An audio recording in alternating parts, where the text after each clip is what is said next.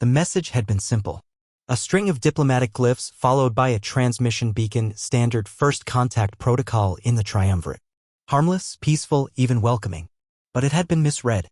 High Commander Selith of the Valnari Confederacy stood on the deck of the Vengeance of Stars, watching as the last fragments of Fleet Group Alpha 9 floated in what used to be the orbit of the death world known as Earth. He had misread the message. The humans called it a language barrier. The Confederacy called it a tactical misinterpretation. But what it really was a mistake. The Valnari had monitored Earth for several cycles. A death world, high gravity, volatile atmosphere, apex predators, and worse, intelligent natives. Every AI threat matrix had flagged the species as potentially dangerous, possibly extinction class. Still, protocol demanded peaceful outreach.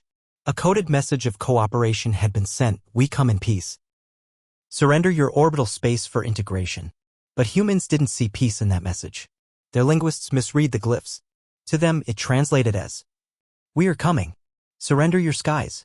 Submit or perish. Within hours, Earth's orbit lit up with thermal signatures.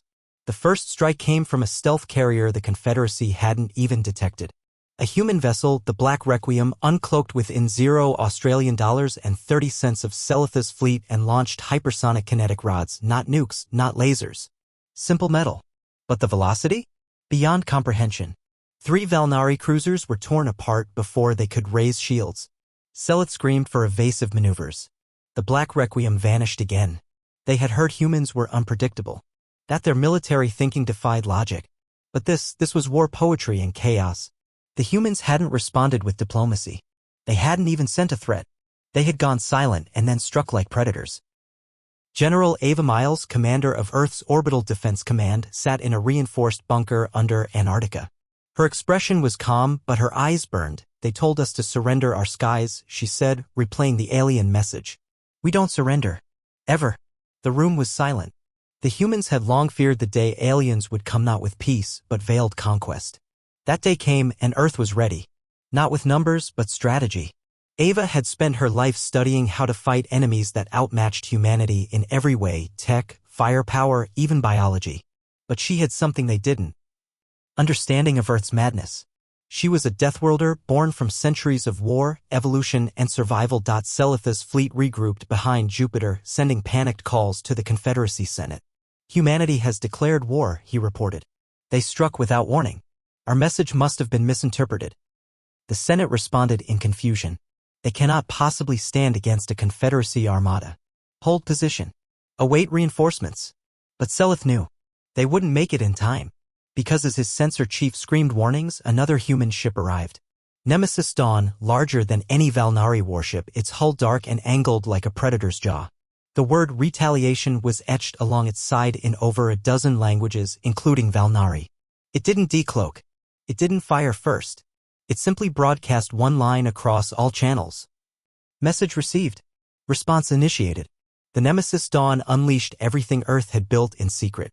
Railguns fired slugs at relativistic speeds.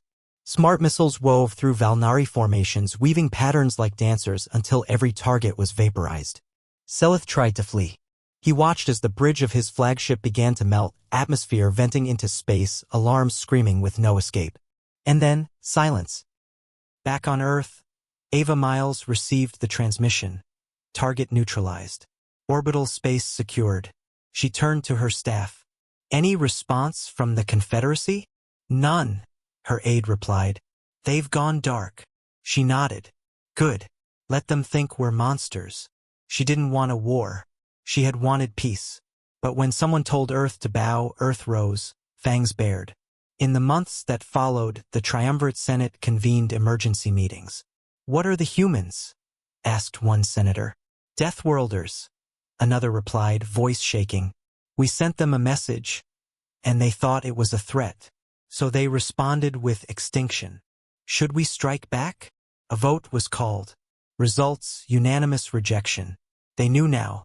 These weren't mere primates with guns. These were apex survivors. Born of flame. Raised on chaos, armed with centuries of mistrust, strategy, and brutal innovation. One misread message had triggered the total destruction of a battle fleet. The aliens now understood. When dealing with Earth, choose your words very, very carefully.